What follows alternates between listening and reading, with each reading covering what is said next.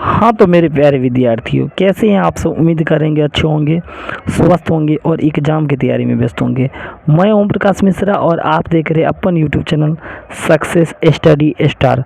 तो मेरे प्यारे विद्यार्थियों, आज जो मैं आप सबको पढ़ाने वाला हूँ, प्रश्नावली 5.3 का क्वेश्चन नंबर 3 का 5वां नंबर क्वेश्चन देखेंगे।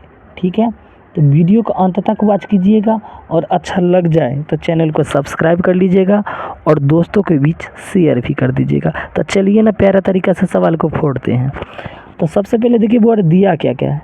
डी का मान 5 है और S9 75 है और ए ज्ञात करना है और A9 ज्ञात करना है। ठीक है, तो एक वाइट पेज ले लेते हैं। ठीक है, तो मैंने ऐसे यहाँ पेज एक वाइट ले लिया है। ठीक है, अब यहाँ लिखेंगे एक्सरसाइज 5.3 का क्वेश्चन नंबर 3 का 5वां है। क्वेश्चन नंबर 3 का 5वां क्वेश्चन है। क्या क्या दे रखा है बाबू लोग, तो आप लोग कहेगा सर डी का मान 5 था और S9 75 है। S9 कितना है बाबू लोग, आप लोग कहेगा सर 75 है। तो हमें निकालना क्या क्या है, हमें ज्ञात करना है ए और A9, इस दोनों का मान ज्ञात करना है। ठीक है, तो सबसे पहले देखिए S9 75 दिया है, यानी SN फार्मूला से पहले हम चलते हैं। ठीक है, तो चलिए ना SN फार्मूला लिख लेते हैं। तो लिखेंगे योग सूत्र से, योग सूत्र से।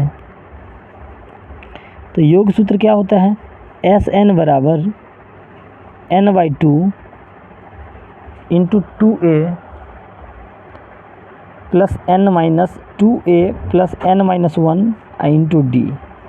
ठीक है, अब देखिए SN यानी SN का मान कितना है, तो 75 है, तो 75 यहाँ डाल देंगे। और देखिए S9, तो N की जगह 9 है, तो इसका मतलब N का मान भी 9 है, तो यहाँ लिख देते हैं N का मान कितना है, 9 है, तो यहाँ 9 डाल दीजिए बट्टा 2 इंटू 2A, 2 A का मान भी नहीं पता तो 2A वैसे ही लिख लीजिए, प्लस तो प्लस N का मान क्या ज्ञात है, तो आप लोग जानते हैं 9 माइनस 1 D का मान कितना है 5। चलिए अब क्या करेंगे 75, अब देखिए 2 भाग में, तो इधर आके गुना में कहे तो ऊपर में चला जाएगा, ये नीचे है उधर जाके ऊपर हो गया, ये ऊपर है तो इधर आके नीचे हो गया। ठीक है, 2A प्लस, अब देखिए 9 में से 1 गया तो 8, 9 में से गया तो 8, 8 पंचे 40 हो जाएगा। अगर ये काटने वाला तो काट लीजिए, 3 तिया 9 और 3 से 25 तिया 75, क्या है 25 दूना 50/3, 50/3। अब यहाँ देखिएगा, यहाँ क्या है 2A और प्लस 40 है ना, प्लस का 40 तो इधर आके